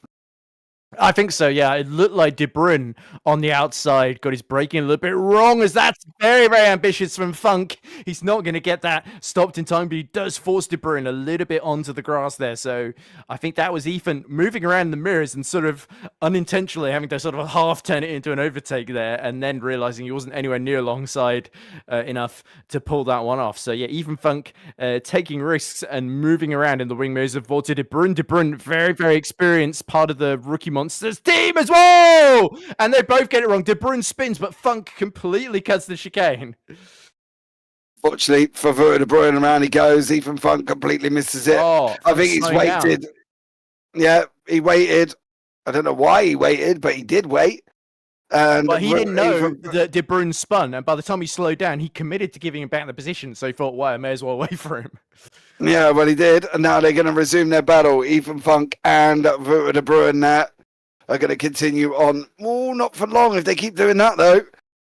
And unfortunately for these guys, they've got to make sure that they're racing cleanly, but they are actually going to make it through here, because I've got a funny feeling that there's been a lot of close action that could result in some incidents that probably both drivers will live to regret. Yeah, speaking of which, Becky Clark has dropped out of 5th position, has made a mistake that's allowed Lane and Suvek, I think, back past her.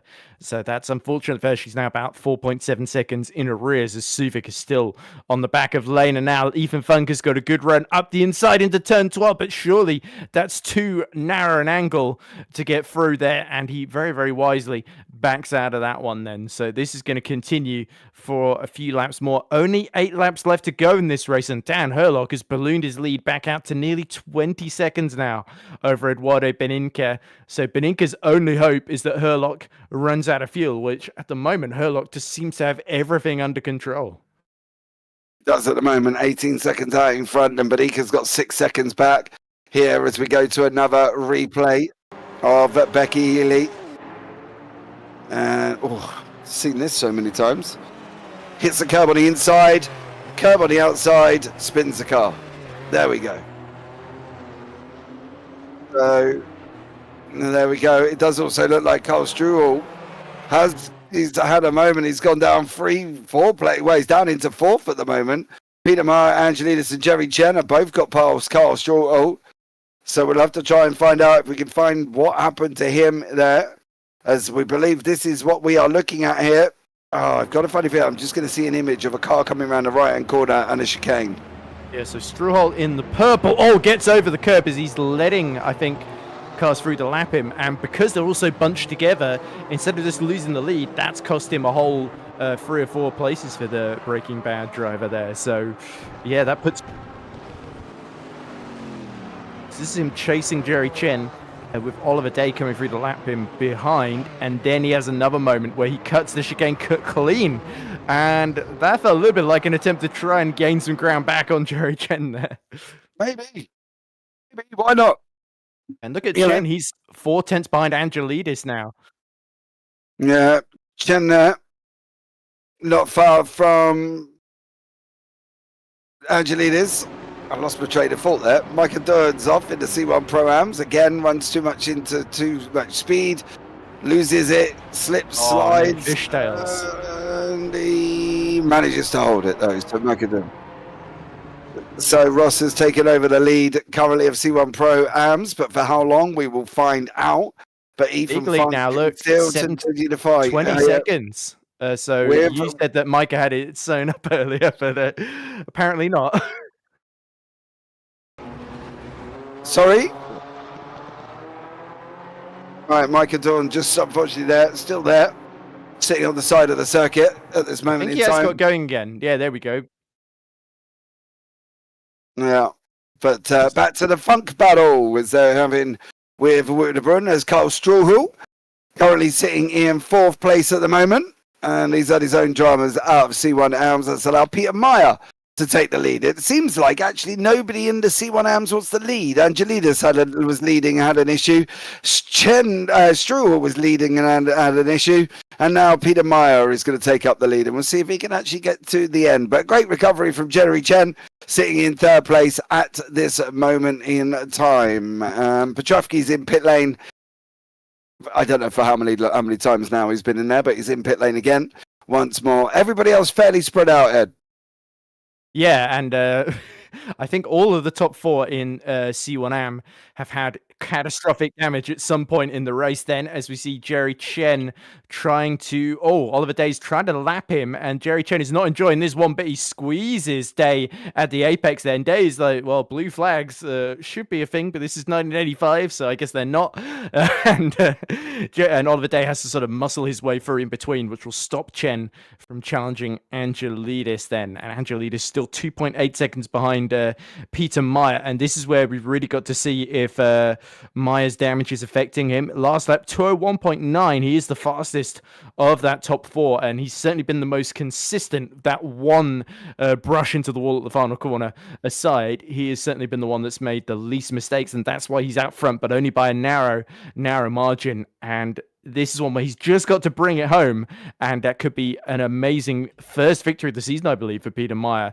that he's staring down the barrel of, unless Angelidis can find something to challenge him in these final 6 laps. Find out as well who Ely Clark on the back of Subic now pulls out, going to be going side by side. Ely Clark, fairly easy, to be honest, if she makes this stick. Can she get it slowed down?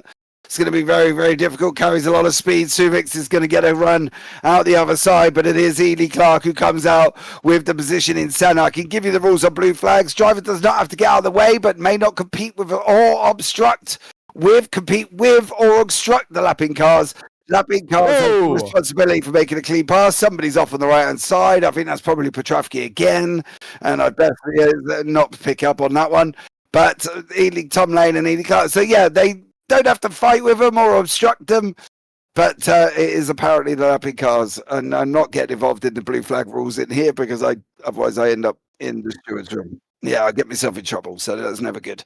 On that one, as there's a lot of cars in a short space of track here, 4 of them at this moment in time, and Jerry Chen's being one of them. So, yeah, Oliver Day gets past then Angelidis, and that now means that Jerry Chen has got a clear run at the group driver in the Lancia then, and they've got somebody else coming through to lap them as well. Is that Magnus Dahlgren? That's Magnus Dahlgren that's just about to lap them. He's actually closed dramatically on Oliver Day to the tune of 1.4 seconds. So if Dahlgren can clear Jerry Chen quickly, which he does, and then Angelidis soon after, then Day might have a major problem on his hands trying to hold on to that podium. Find out here from Magnus Dahlgren, sitting in 4th place at the moment, seems to be getting is about 2 seconds back currently. And yellow in sector 1 there. So somebody's had some form of drama. There is Ollie Day with Dahlgren in 4th place. So still people's chasing people down for positions. But where are they going to be all at the end? We've got 5 laps to go. Yeah, you sense Dahlgren's put on a charge late on, but maybe he's left it just a couple of laps too late to really have a chance here. He was really hoping Day got a little bit more held up by that 4-car battle there, as we now see Dahlgren starting to get stuck behind Angelidis. The door is left open into Sachs curve, but Dahlgren is not far enough alongside to really make the lapping attempt work. So now he's the one that's going to lose a little bit of time as a result of all of this.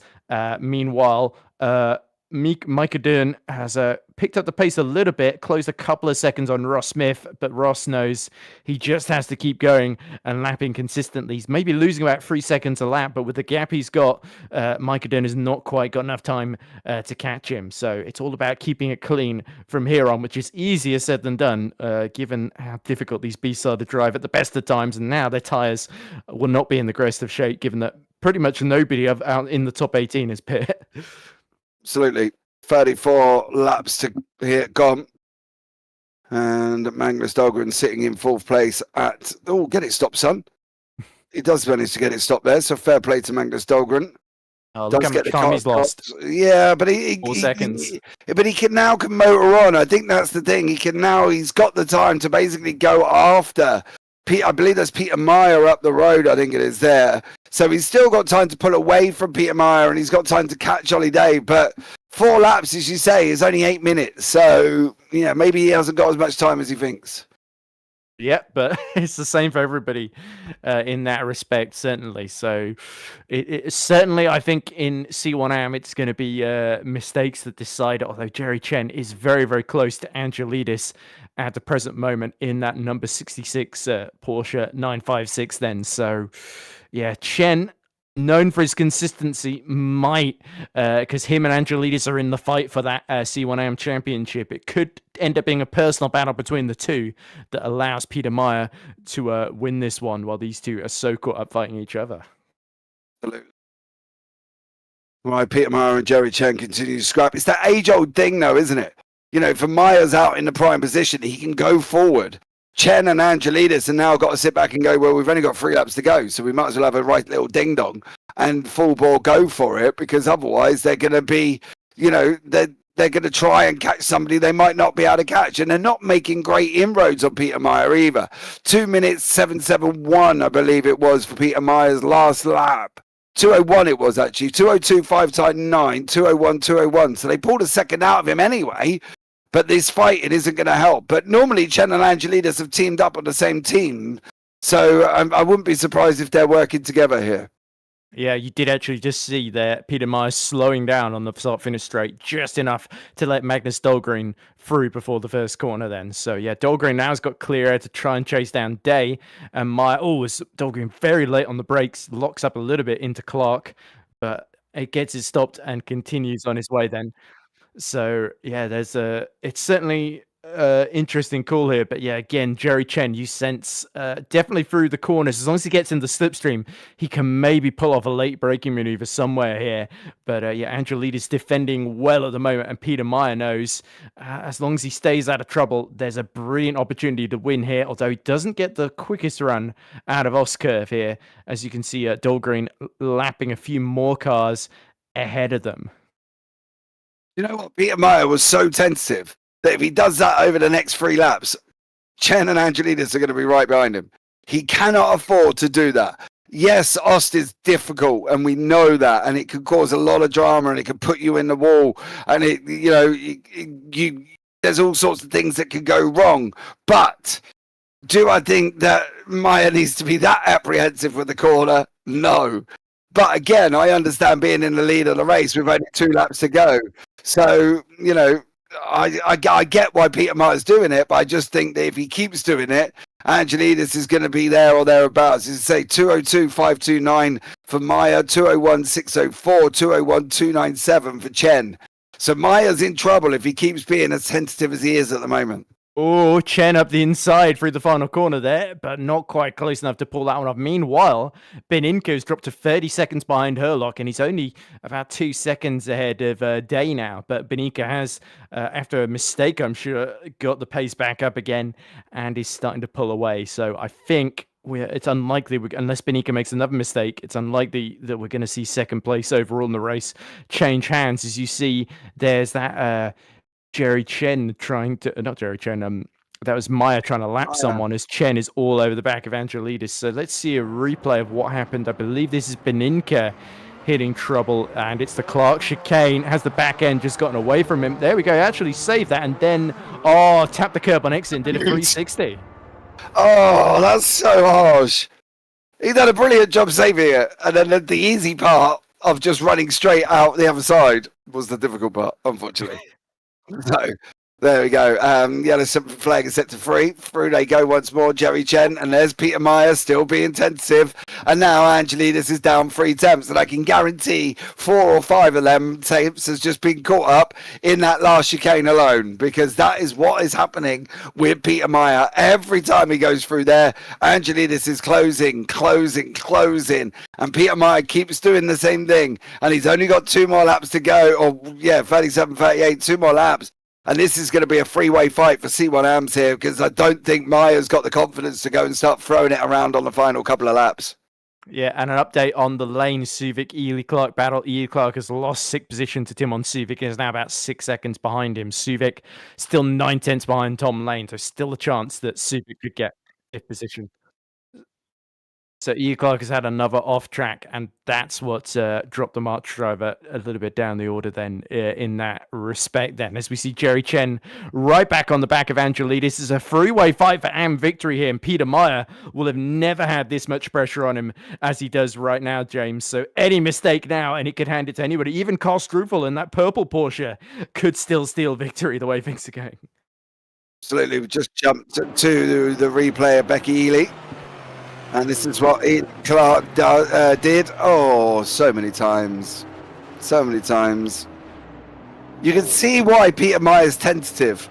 But that being tentative at that chicane is going to lose him the run of this race. It will lose him this race if he does not start trying to bury that chicane. He can, through Clark, fine. Senna, fine. Ost, different story. But you can see now Angelidis has just had a bad run here with him and Jerry Chen starting to come back together because they've just lost 1.4 seconds to Peter Meyer. So Big Yellow is set to 1 at the moment. We're going to find out who that is.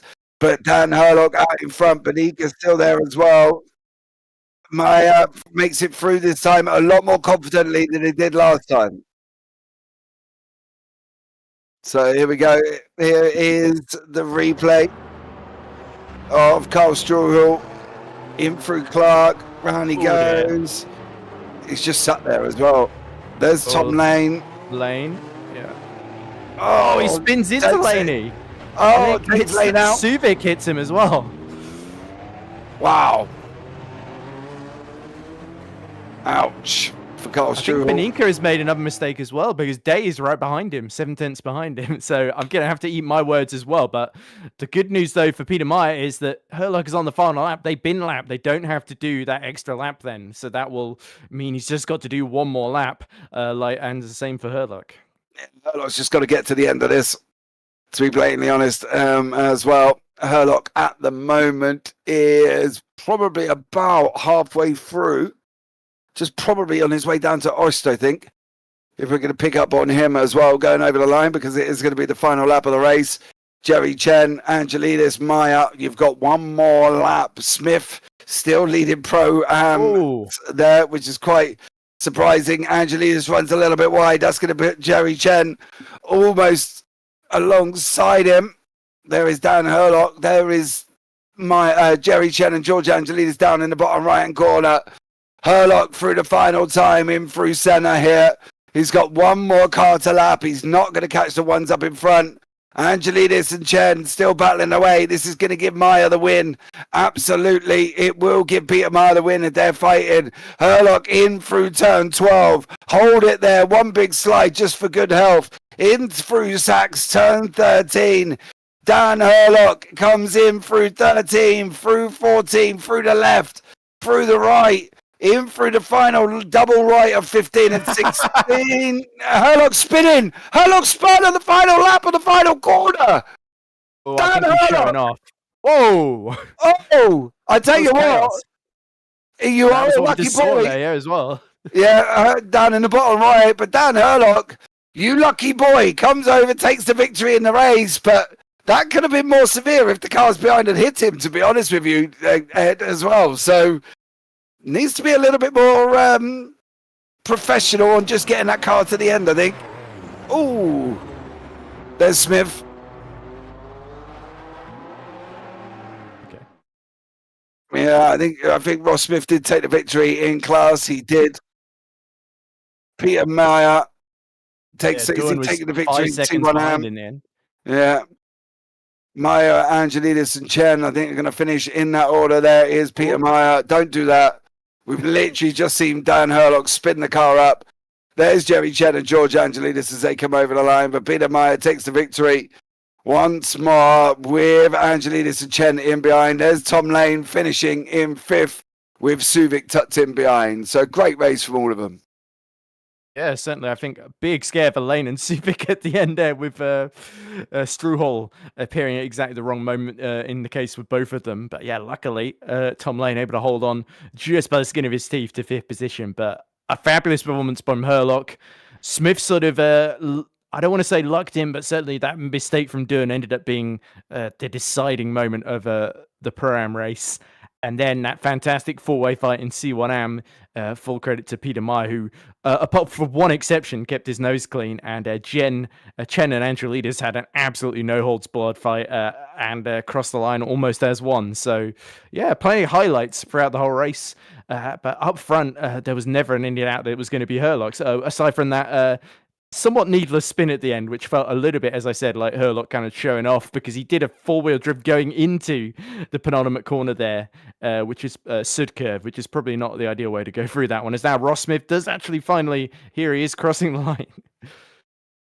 Ross going over the line, taking the victory in C1 Pro-Ams.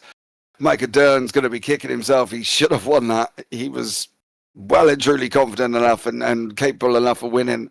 Just unfortunately did not there for Ross, for Micah Dern. So Smith takes the victory. He's going to be happy. He'll jump in the booth and have a chat with me. Peter Meyer winning out there as well. Let's bring you up the results of this race, ladies and gentlemen. As I wait patiently.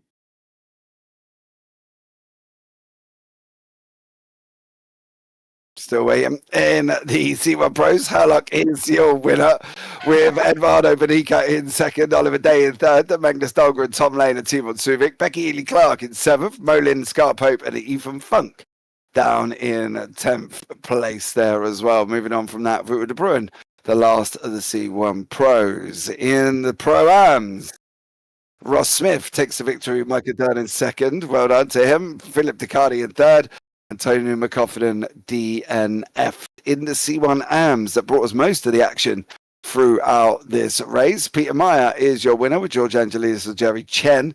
Carl Schurl finished fourth, and Vinicius Goncalves and Daryl Kruger.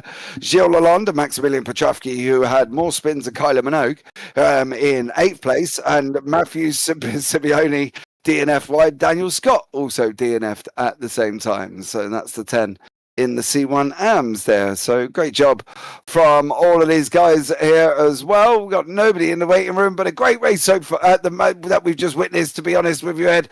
Could have been a lot worse. That's not exactly a ringing endorsement, is it? Could have been a lot worse, but I think Well, it could have been. Yeah, well, I mean, it could have been a lot more chaotic. You're right in terms of like people beating it. Like Monza was a little bit overly on the chaotic side, for example. But yeah, still some great racing, some good strategic slipstreaming. Everybody trying to outsmart each other, and it was that Osh chicane. If you could do the whole race and get the Osh chicane without losing the back end and dipping it in the gravel or into the barrier, then yeah, that was really the key to victory today. And yeah, certainly Dan Herlock is going to be watching back that one. I think there's some comments in the chat saying "boo Herlock" for some reason, which seems a bit like people getting bored of the fact that he was so dominant there. But take nothing away, that was an absolutely mega dry. I think people just hold it against him because he did the donut at the end before crossing the line. Usually donuts are done after you cross the line, Dan, my friend, not before. But yeah. Still a few races left to go. Mosport, Spa, Brands Hatch, Fuji, and then Sandown, the finale on the early December then. So, yeah, we're halfway through the season. Still lots of action left to go, or at least, well, 5 races worth of action at least anyway. And, yeah, championship could go one of many, many ways. As I think Dan Herlock's come to speak to you, James. Yeah, Dan Herlock has joined us into the booth. The man that has pretty much driven this race all on his own. I wonder if he ever thought about what he's going to have for dinner while he's out there. But let's bring him in and have a chat with him. Dan, how are you, dear sir? Yeah, pretty good. Happy to be. It's been a while since I've actually won an event, so that's nice. Yeah, but you didn't just win it, Dan. You kind of dominated it, mate. What could I say? I'm in a Lancia. That was the car I had the most fun with in the pre-season races. Since Mike's not got his game working for the few rounds, so I asked if he could switch to the car I had the most fun in, and clicked. Very happy. Yeah, the thing is, that final lap, final corner, mate, I get what you were doing, but you also got lucky there because there were some cars that could have quite happily sent you up to the moon. I was 3/10 up on my fastest lap. I was going to try and improve it, and I pushed a bit too hard. Is that really what we're saying there, Dan? That is really what happened. I was trying to improve my fastest lap. And then nearly got sent up into the moon and lost the lead altogether. Yes, I did. Yeah. Yes, okay, that's fair enough. Maybe As long as we, wasn't my best, judgment, maybe. listen, I'm not going to say it's going to be on YouTube forever, but we may have caught it. All right, That's fine. I've got other embarrassing moments. Oh, mate, we all, to be blatantly honest with you. But Dan, listen up, dude. Great victory. Well done to you. Anyone you want to give a shout out to before we let you go? Yeah, just everyone working hard behind the scenes, getting this very complicated mod out and having a lot of fun driving it. So very happy. Well done to you, fella. Congratulations on your victory. I look forward to seeing you next time out. Cheers. Thank you. Take care. Right, I'm glad he's done this actually because he knew I could not move him. Is your T1 Pro-Am winner, Mr. Ross Smith, has come into the booth. Ross, was there a hint of luck there? Oh, it was all luck. I mean, it was Micah's race to lose because he had pace for days. I was just trying to keep it even with. I heard Tony go out early on. I guess I don't know if Gilles got him or who, but he was upside down, Ross.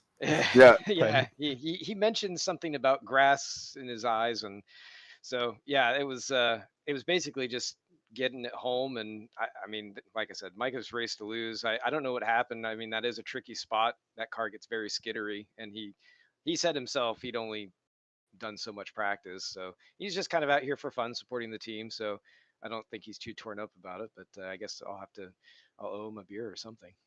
Yeah, absolutely. He got to let you have it there as well. How tough was it out there, Ross? Because we didn't see much of the Pro-Ams. I'm not going to lie. You didn't get a lot of TV time, partly because Micah was driving around on his own, and then you was, and as well, and Carl Struhl, who was, and then caused drama. How tough was it out there? Because we saw them all coming down into Ost, and Peter Meyer was a fine example of this. Coming down towards Ost chicane, and then you could see each lap he was just getting more and more tentative, and that brought Angelidis right in behind him. Just, tell us what it's like leading there on the final lap. Well, I can't understate how much the balance in these cars makes a difference on their performance, because you're exactly right. You get a little bit more timid as you start to chomp into the curbs a little bit more, maybe because you've got less fuel and weight to keep the car down. It bounces a little bit more, just a bit off of corners, and you start pushing wide, and you start to kind of second guess yourself, and it gets really sketchy. I mean, I'm just glad that we didn't really have too much of a fight there in Pro-Am, just because the bumps on the exits were so hard to handle. Like if I had somebody just knocking on the back door, I would be very, very concerned about making it through the whole race without an incident. Yeah, well, you didn't do too badly. However, you did have one, and again, we did see it. So I do apologize. I did, yeah. That was the only. I had a screen freeze right on the exit. It was the worst possible spot, and then of course Dan Herlock went by. I was like, oh, okay, well, we'll just finish it now. And then he spun out, so it was game on again. Yeah, absolutely. There was a couple of people, to be honest, and the C1 Pro, C1 AMS was the same. Nobody wanted to lead there. You know what I mean? It was an absolute nightmare. So there we go. Ross, thanks so much, everybody, for joining us. Anyone you want to shout out before we let you go? You guys, the Storm Gang simulation team, JP Motorsport crew, everyone who came out and put this race together and gave a good show in the grid. It's awesome to have these. It feels good when you can actually win a couple too. Yeah, absolutely, mate. Well done, fella. Congratulations. All right, thanks, guys. Take care. Take care. I'm going to bring Mr. Angelidis into the booth. He's going to be the voice of Peter Meyer, if I'm not mistaken. No, I'm sorry. Peter Meyer is a shy guy, and he doesn't come for interviews. Okay, that's fair enough, George. How was it out there, mate? It seemed like you guys down in the AMS, none of you wanted to lead. Yeah, it looks like it, right? You were all having your own dramas. Carl Struhl led drama. You led drama. Peter Meyer, I thought, was going to cause his own drama over the last two laps. He was going that tentative through turns 5, 6, and 7. But it seemed like it was. And then we had, of course, the rocket that was Jerry Moon going up into the. No, he's Jerry Moon. He was going up into the air. It's great, and then made his way back to third. And you and him had a great little ding dong.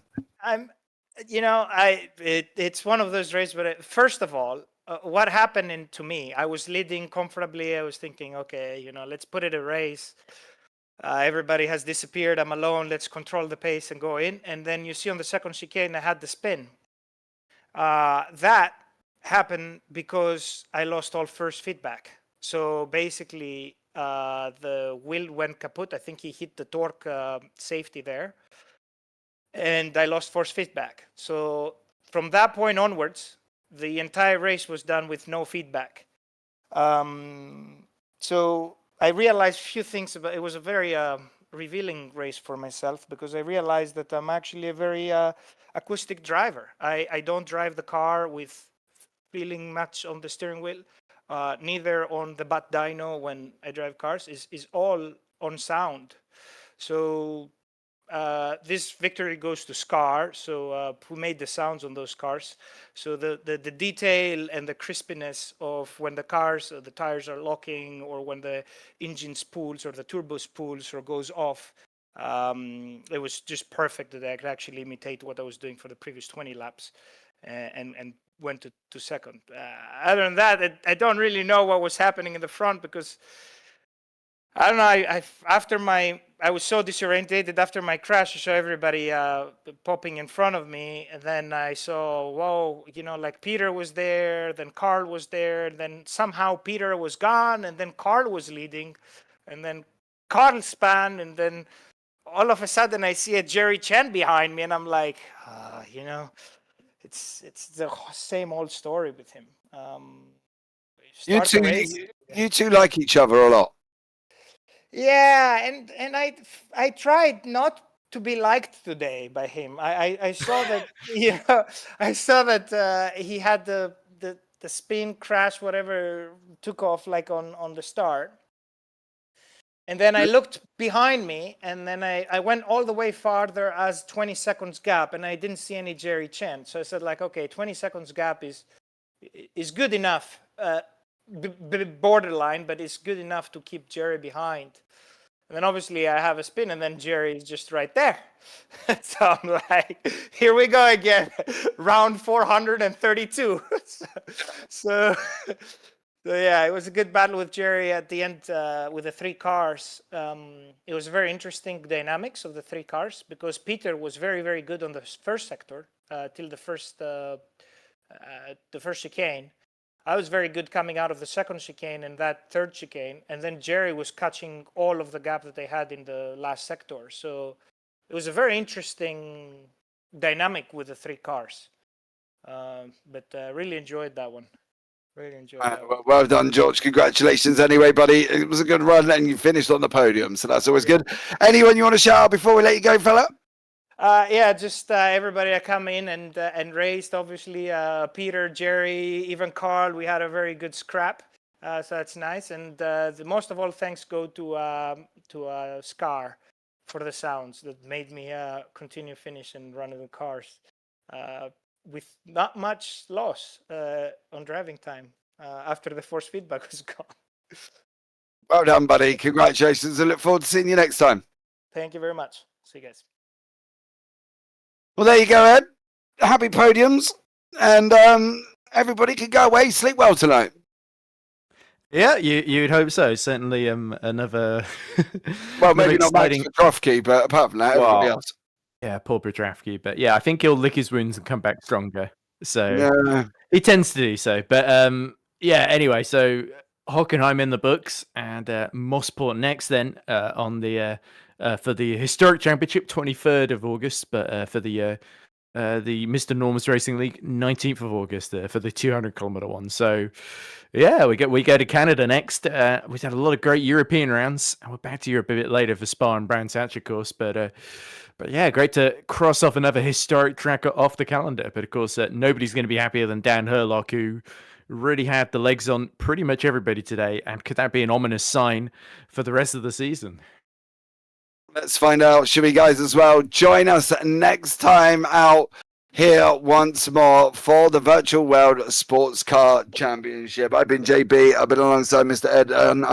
And in my ear, of course, is Mr. Paul Glover. And trust me, guys, he hasn't shut up all afternoon.